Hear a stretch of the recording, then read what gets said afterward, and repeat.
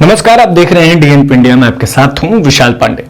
आज हम बात करेंगे गांवों में जो तेजी से कोरोना फैल रहा है उसके बारे में हम चर्चा करेंगे। उस विषय पर हम बात करेंगे कि किस तरीके से शहरों के बाद अब गांवों में भी तेजी से कोरोना अपना पांव पसार रहा है और ये प्रशासन के लिए और राज्यों के लिए एक चुनौतीपूर्ण जो है वो काम देखने को मिल रहा है, गांव में कोरोना को कंट्रोल करना।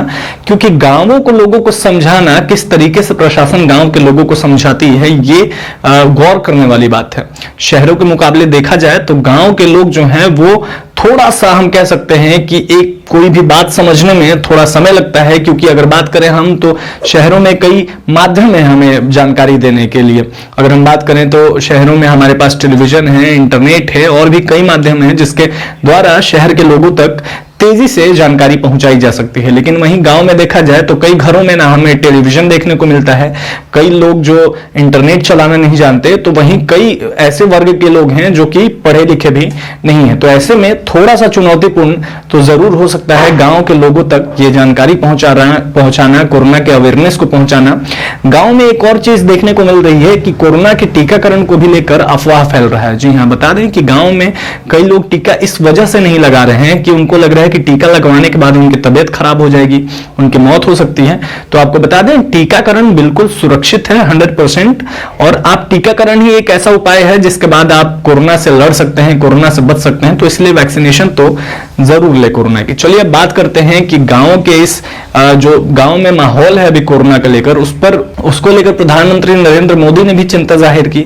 उन्होंने जो जिलाधिकारी हैं, जिलाधिकारियों के साथ उन्होंने बैठक की। इस बैठक में क्या कहा उन्होंने, ये हम आपको आगे बताएंगे। लेकिन उसके पहले आपको बता दें कि गांव में जो मौतें हो रही हैं कोरोना से, उसका आंकड़ा जो है वो सरकार नहीं गिन पा रही है। क्योंकि वो सरकारी आंकड़े में जो है दर्ज नहीं है। इस वजह से जो मौतों का आंकड़ा आ रहा है देश में 4300 के आसपास आंकड़ा है, 4300 से ज्यादा के 24 घंटे में आंकड़े आ जाए हैं मौत के, ये चिंता जाहिर करने वाले हैं। लेकिन वो मौतें जो कि इन दर्ज नहीं हो पा रही हैं, ये भी एक गौर करने वाली बात है कि जिस तरीके से लोग मर रहे हैं, अगर किसी को कोरोना हो जाता है गांव में तो लोग उसको बताना नहीं चाहते बल्कि छिपाना चाहते हैं, जो कि एक अपराध है।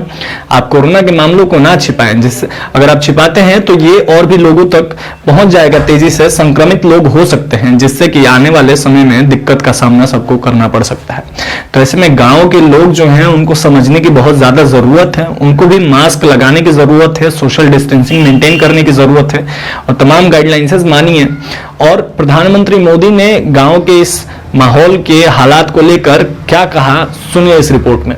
पीएम मोदी ने देश में बढ़ते कोरोना के हालात पर 46 प्रभावित जिलों के डीएम के साथ संवाद किया। उन्होंने 8 राज्यों और 2 केंद्र शासित प्रदेशों के डीएम से बात की। पीएम मोदी ने राज्यों और जिलों के फील्ड अधिकारियों के साथ कोरोना महामारी से निपटने के उनके अनुभव के बारे में बातचीत की। पीएम ने अधिकारियों से कहा कि आप अपने इलाके के कमांडर हैं, आप अपने जिले को कोरोना से मुक्त कराने के लिए संकल्प ले। पीएम ने साथ ही ये भी कहा कि कोरोना के नाम पर जो कालाबाजारी हो रही है उस पर रोक लगाना बेहद ज्यादा जरूरी है। हमारी लड़ाई एक एक जीवन को बचाने की है और हमारी जिम्मेदारी संक्रमण रोकने की भी है। कोरोना की दूसरी वेव में ग्रामीण क्षेत्रों में ज्यादा ध्यान देने की जरूरत है। हमें गांव-गांव में जागरूकता बढ़ानी है, लोगों को कोविड प्रोटोकॉल भी समझाना जरूरी है। पीएम ने कहा, हमारे देश में जितने जिले हैं उतनी ही अलग-अलग चुनौतियां हैं। आप अपने जिले की चुनौतियों को अच्छे से समझते हैं, इसलिए जब आपका जिला जीतता है तो देश जीतता है। आपका जिला कोरोना को हराता है तो देश कोरोना को हराता है। इस वायरस के खिलाफ हमारे हथियार क्या हैं?